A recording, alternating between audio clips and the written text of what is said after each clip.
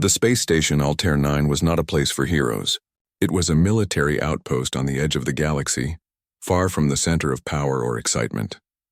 The vastness of space stretched endlessly in all directions, and the quiet hum of the station seemed to echo with the weight of its isolation.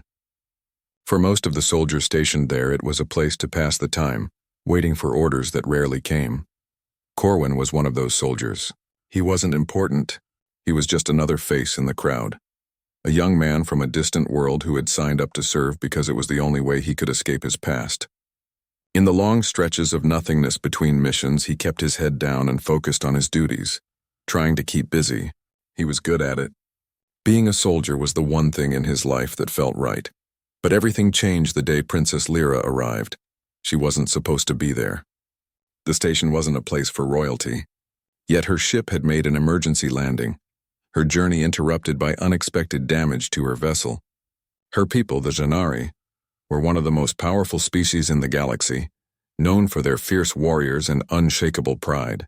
They were a species that demanded respect from all others, and Princess Lyra, the heir to the Janari throne, was no exception. She had a reputation for being cold, calculating, and unapproachable, qualities she had inherited from her father, the Emperor. Corwin had never seen someone like her before. When the orders came down to assign a guard to the princess, Corwin was the one chosen. It wasn't because of any special skill or rank. He was simply the soldier who was available.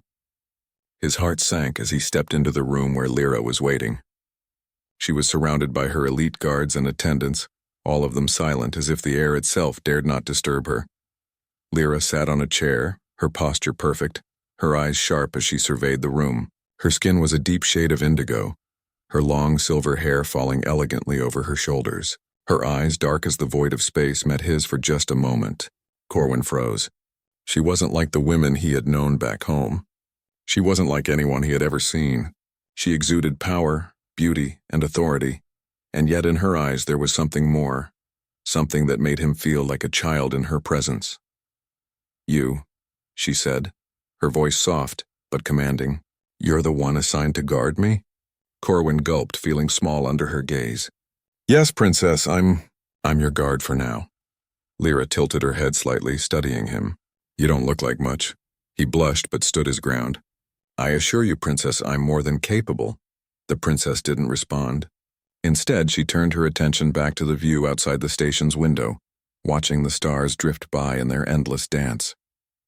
Corwin followed her gaze, unsure of what to say next. The silence between them was thick, and it felt as if the whole world had paused.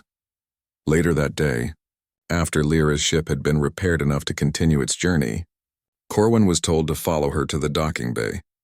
She was leaving the station, but he would remain with her as part of the security detail. It was a high-stakes mission.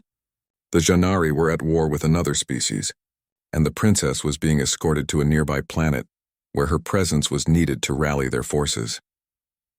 As they walked down the sterile halls of the station, Corwin tried to keep his distance, but Lyra seemed to pull him closer with every step.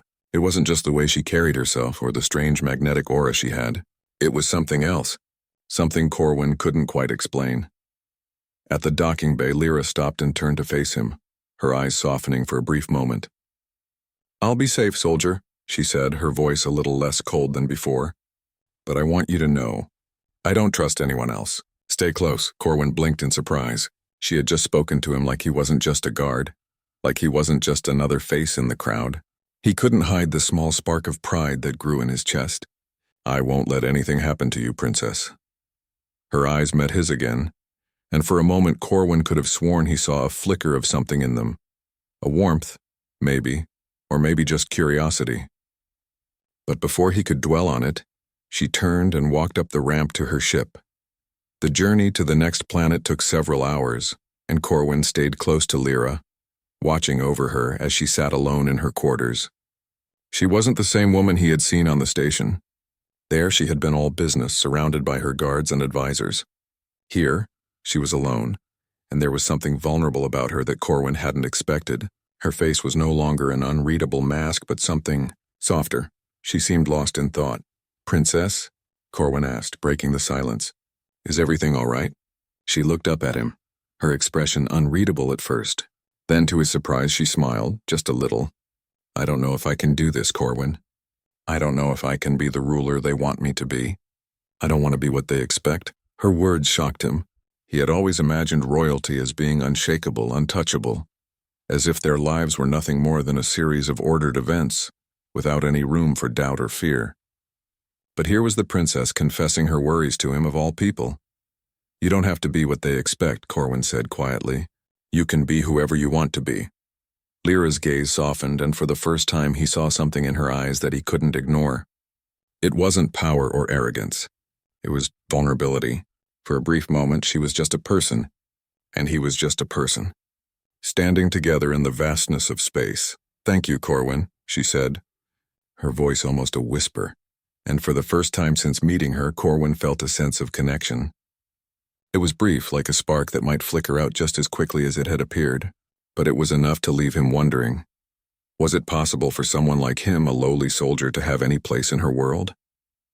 The ship continued its journey through the stars, and for the first time Corwin wasn't thinking about the mission ahead, or his place in the grand scheme of things.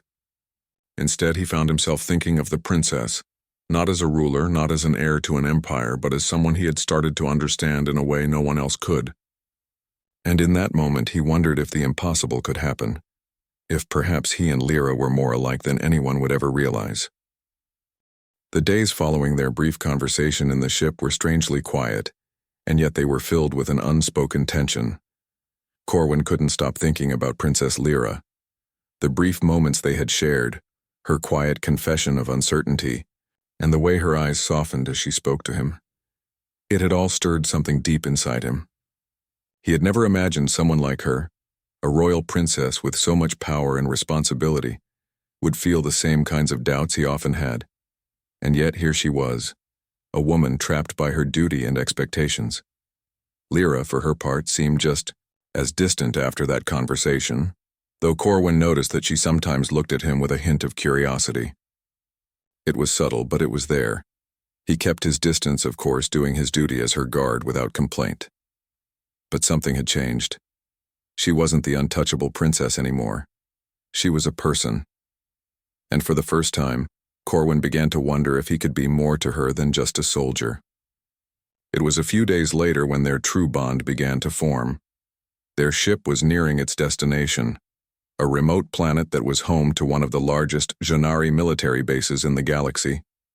The war with the Varkari was intensifying, and Lyra's presence was needed to rally the Janari forces.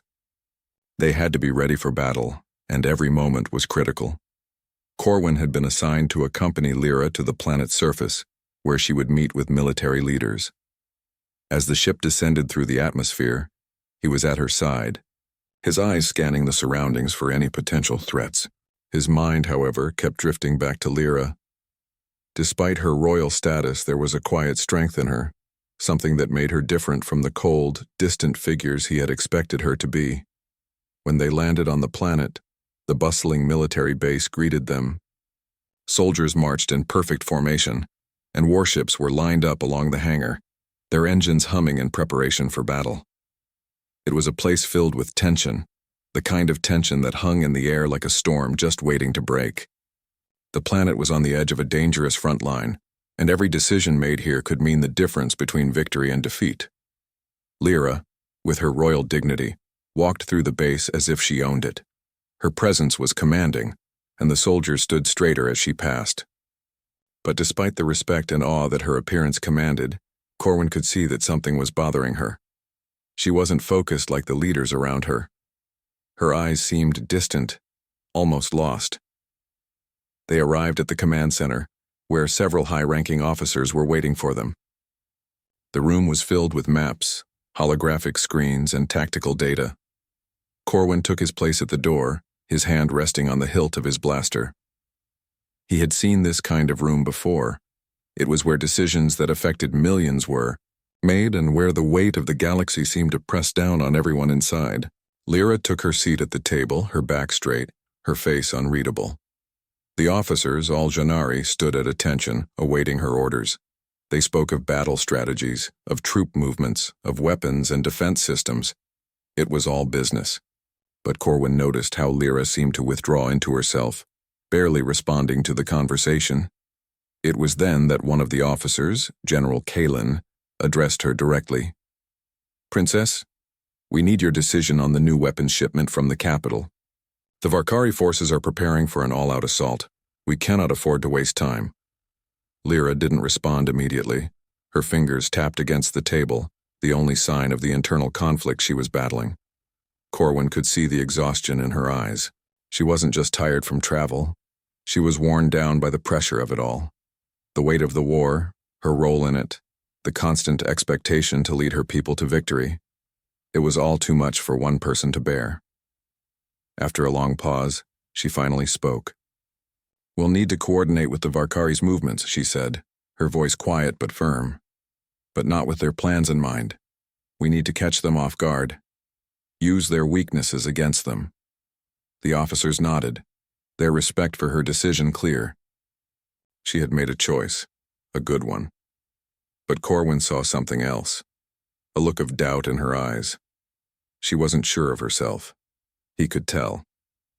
And for a moment, he wondered if she had anyone she could talk to, anyone who could help her carry the burden. That evening, after the strategy meeting was over and the officers had left, Lyra remained alone in her quarters. The room was dimly lit by the soft glow of the star systems outside the window. She sat by herself, her thoughts heavy, her fingers tracing the edge of a map that lay across the table. Corwin had been dismissed for the night but couldn't shake the feeling that something was wrong. She seemed like she was holding it all together, but he could see through the mask. He wasn't the only one who carried the weight of expectations after all.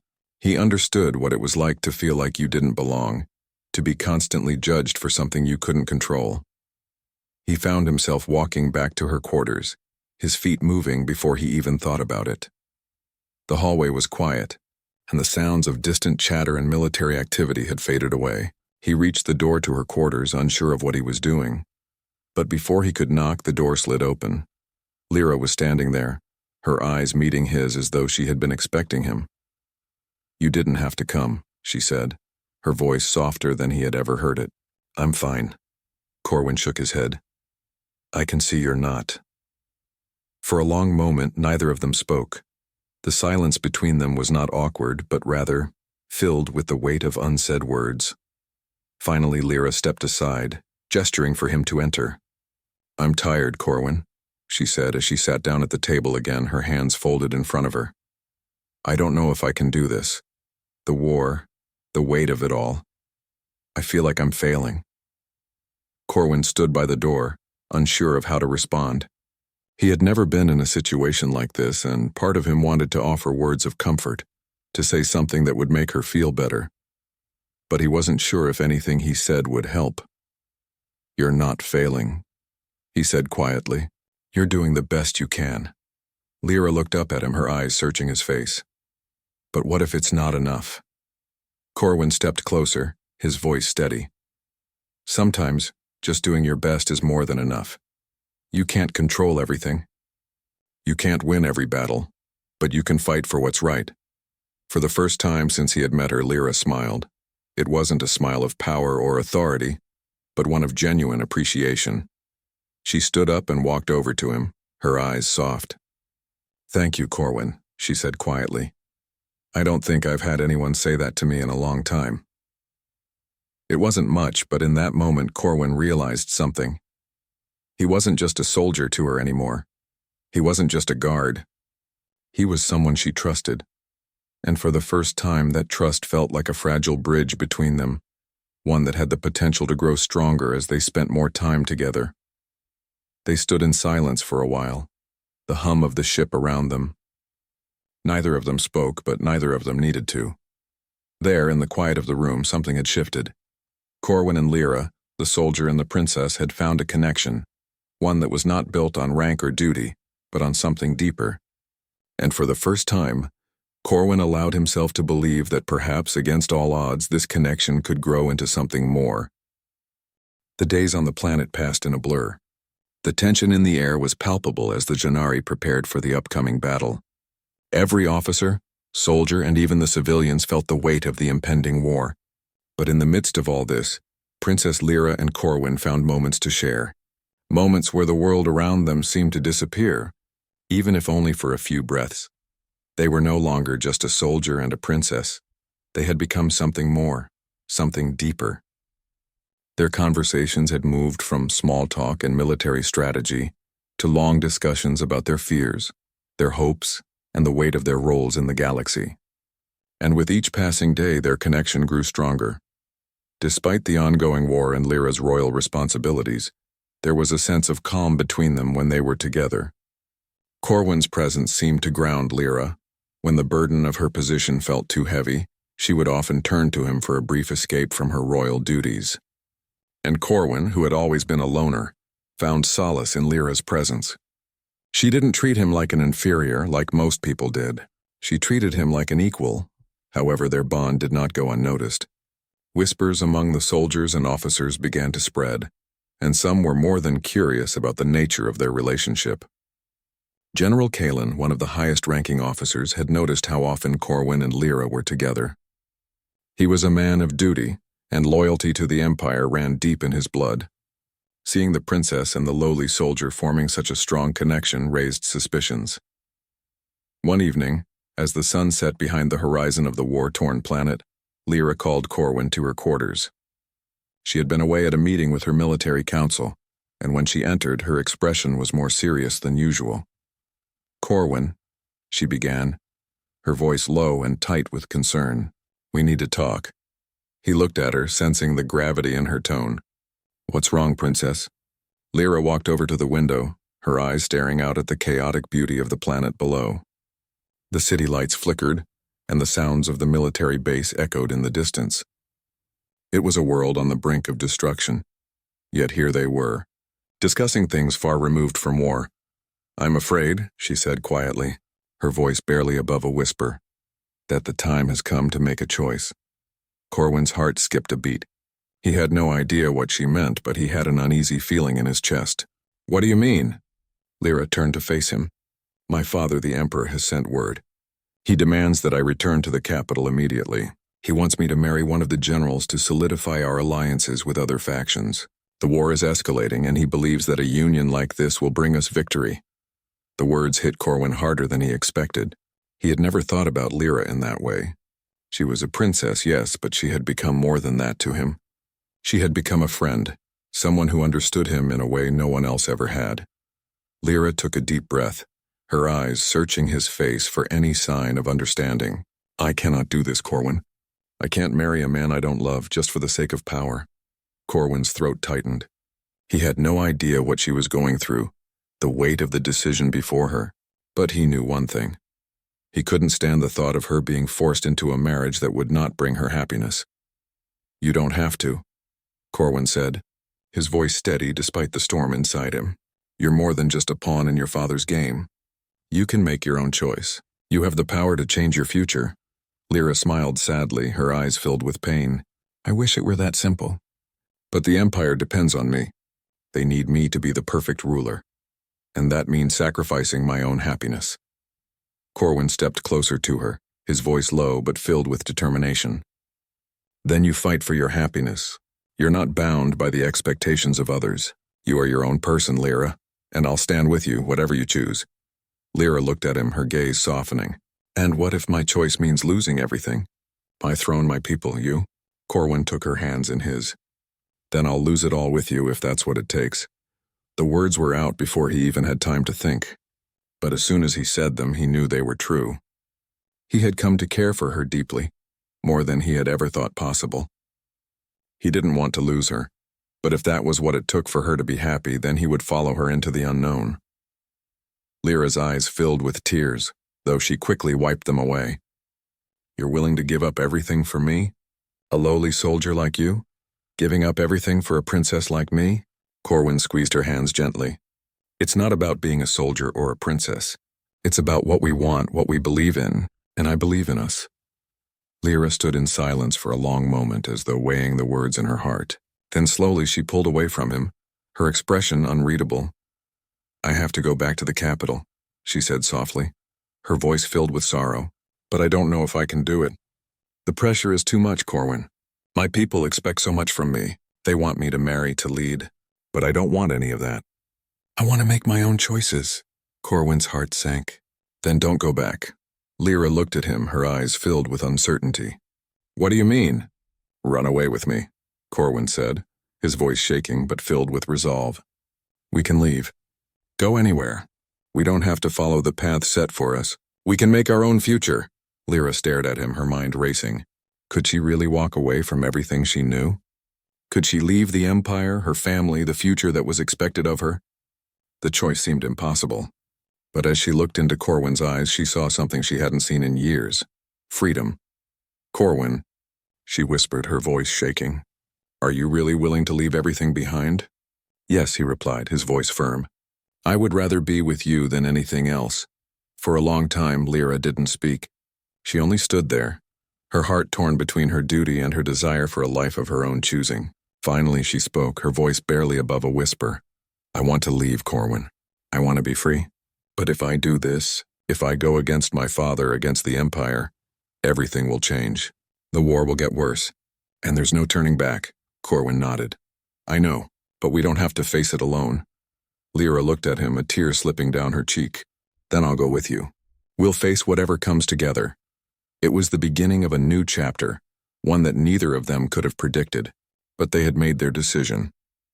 Together they would fight for their freedom, and for each other. And though the road ahead was uncertain, they knew that they had each other. And sometimes that was enough. The tension between duty and desire hung in the air as Lyra and Corwin made their decision. They had chosen to stand together, to follow their hearts no matter the consequences. The princess had defied everything she had ever been taught, and the lowly soldier had abandoned the life he once knew. But as they stood side by side, it became clear that they were not just fighting for themselves. They were fighting for a new future, one where they could create their own destiny. It didn't take long for the Empire to react. The very next day, a communication came from Emperor Kalen, Lyra's father. His message was stern, commanding, and final. He demanded that Lyra return immediately. He threatened to send his personal fleet to retrieve her if she did not comply. The Emperor's voice, dripping with authority, echoed in the silence of Lyra's quarters. You have betrayed your birthright, Lyra. You have betrayed your people. Return now or face the consequences. The harshness of his words didn't faze Lyra as much as it had before. She had already made her choice. Her heart no longer belonged to the Empire. It belonged to Corwin, and no matter how much her father threatened, she would not let him control her any longer. As the days passed, the two of them worked quickly to gather support. Corwin, once a soldier with no rank, now found himself at the forefront of a growing rebellion. The idea of defying the Empire was risky, but there were others like him, soldiers, citizens, and outcasts who had grown tired of the constant wars and power struggles. They longed for a future of peace, where the voice of the people mattered, not just the will of a ruling class. Lyra and Corwin made plans to gather their forces, but they knew they couldn't do it alone. They had to reach out to the various factions that were dissatisfied with the Emperor's rule. These groups had been scattered and divided for years, but Lyra's name carried weight among them. Even if she had abandoned her throne, there were those who still believed in her. We must move quickly, Lyra told Corwin one evening as they sat in her quarters, now the command center for their secret operations. The Emperor will not hesitate to send his forces to crush us. We need to be ready. Corwin nodded, his eyes burning with determination. We'll be ready. Together we can change everything. As they moved forward with their plans, the stakes grew higher. Lyra and Corwin had gathered a small yet formidable force. They were no longer just running away. They were taking a stand against a corrupt empire. The rebellion was small at first, a handful of soldiers and civilians who had grown disillusioned with the endless wars and the Emperor's iron grip on the galaxy. But word of Lyra's defiance spread quickly, and more people joined their cause. The first test of their strength came sooner than they expected. The Emperor, enraged by his daughter's betrayal, sent his elite forces to strike at their hideout on the edge of the planet. It was a swift, brutal attack. The rebellion was outnumbered and outgunned, but they fought fiercely. Corwin stood alongside Lyra, his blaster raised as they commanded their ragtag group of fighters. The battle was intense. Explosions rocked the air, and the sounds of laser fire filled the night. Lyra fought with the strength and precision she had been trained in since childhood, but there was a fire in her now that had never been there before. She wasn't just a princess fighting for the glory of an empire. She was a woman, fighting for her freedom, fighting for the future she believed in. Corwin moved beside her, his every action in sync with hers. They made an unstoppable team. Every time an enemy soldier fell, another one took their place. But Lyra and Corwin's bond made them stronger. The soldiers fighting for the rebellion had never seen a leader like Lyra before. She wasn't just giving orders from behind the lines. She was leading from the front, fighting right alongside them. As the battle raged on, it became clear that the fight would not be won easily. The Emperor's forces were relentless, and soon, the rebellion found themselves backed into a corner. Their supplies were running low and morale was starting to crack. But in the midst of the chaos, Lyra stood tall. She looked at her people, her eyes filled with determination. "We will not fall here," she shouted, her voice carrying over the sounds of the battle. "We fight for our future. We fight for freedom. We fight for each other." The rebellion's fighters roared in agreement. They weren't just fighting for survival anymore. They were fighting for a cause, for something far bigger than themselves. And that was what gave them the strength to keep going. Lyra and Corwin made their way through the battlefield, their steps sure and focused. But even in the heat of battle, there was a moment between them, a moment that felt like everything else had disappeared. Their eyes met, and for a fleeting second, they saw the love and trust they shared reflected in each other's gaze. "We'll make it through this," Corwin said, his voice steady despite the chaos around them. "Together," Lyra nodded. "Together." By the time the first wave of Imperial forces had been repelled, the rebellion was exhausted. But they had held their ground. They had proven that they were not just a group of scattered rebels. They were a force to be reckoned with. It wasn't long after the battle that the true scale of their victory became clear. Other factions across the galaxy, inspired by Lyra's courage and defiance, began to rise up against the Emperor's rule. A spark had been lit, and it was spreading like wildfire. In the days that followed, Lyra and Corwin found themselves at the center of a growing movement. It wasn't just about overthrowing the Emperor anymore. It was about changing the entire galaxy. People began to see that they didn't have to live under the oppressive rule of a single emperor. They could fight for a world where everyone had a voice, a chance to shape their own future. But even as the rebellion gained strength, they knew the final confrontation was coming. The Emperor would not allow his daughter's defiance to go unpunished. He would stop at nothing to crush the rebellion and restore his control over the galaxy. The last battle was approaching, and Lyra and Corwin knew that the stakes were higher than ever. The rebellion had grown stronger, but it was still a dangerous fight. There was no turning back now. As the final battle loomed on the horizon, Lyra turned to Corwin, her heart filled with both fear and hope. "We've come this far, but are we ready for what's to come?" Corwin took her hand in his. "We're ready. We fight for the future we want, together." And as they prepared for the ultimate battle, they knew one thing above all else. They were no longer just a soldier and a princess. They were a force of change, and they would fight until the very end for the future they believed in.